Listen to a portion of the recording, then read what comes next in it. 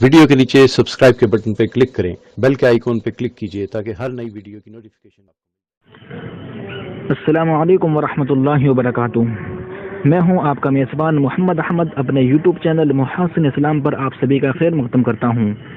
कल जैसा कि ये खबर गर्दिश कर रही थी और देखते ही देखते पूरी सोशल मीडिया पर वायरल हो गई कि कायद मोहतरम हज़रत मौलाना महमूद असद मदनी साहब ने इस्तीफ़ा दे दिया है, लेकिन आज उन्होंने अपने एक वज़ाहती बयान जारी किया है कि वो सदर के हुक्म के मुताबिक कुछ वक्त के लिए ओहदा संभाल लेंगे। आगे आप उनका वज़ाहती बयान बगौर मुलाहज़ा फरमाएँ।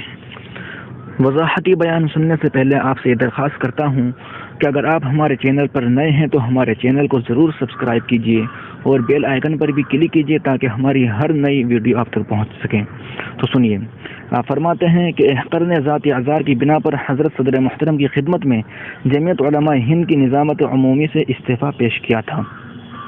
हज़रत सदर मुहतरम के हुक्म और मशवरे से बतारीख 7 फरवरी 2019 जमीयत उलमा हिंद की मजलिस आमिला का इजलास बुला लिया गया है, जिसमें इस पर गौर होगा।